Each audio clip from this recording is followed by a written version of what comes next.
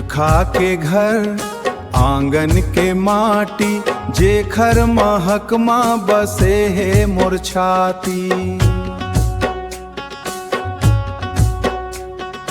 बिजली कड़के बादर गरजे, बचपन के सुरता मन माह फर के। हाँ, गीली माटी के सोंधा सूर, लेगे मुलाकात को दूर। माटी के महक वो बचपन के दिन, जीना है मोला फेर वो कर बिन।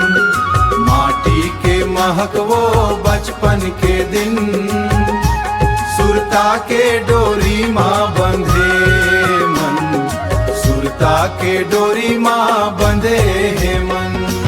गोबर लिपे अंगना माँ रेंगे हमन संग माँ, संगे संग माँ।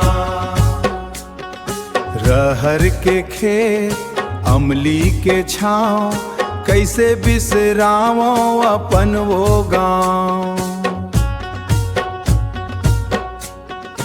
माटी के घर माटी के काया, बचपन के दिन प्रपन के दिन प्रभु के माया।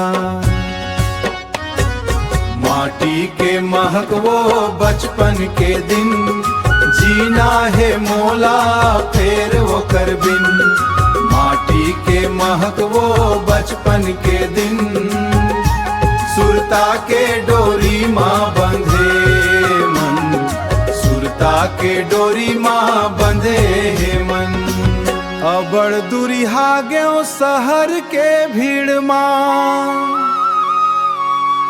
अबड़ दुरिहा गयो कंकिर के नीव माँ। फिर मन तो आजो उही ठौर है, उही ठौर है।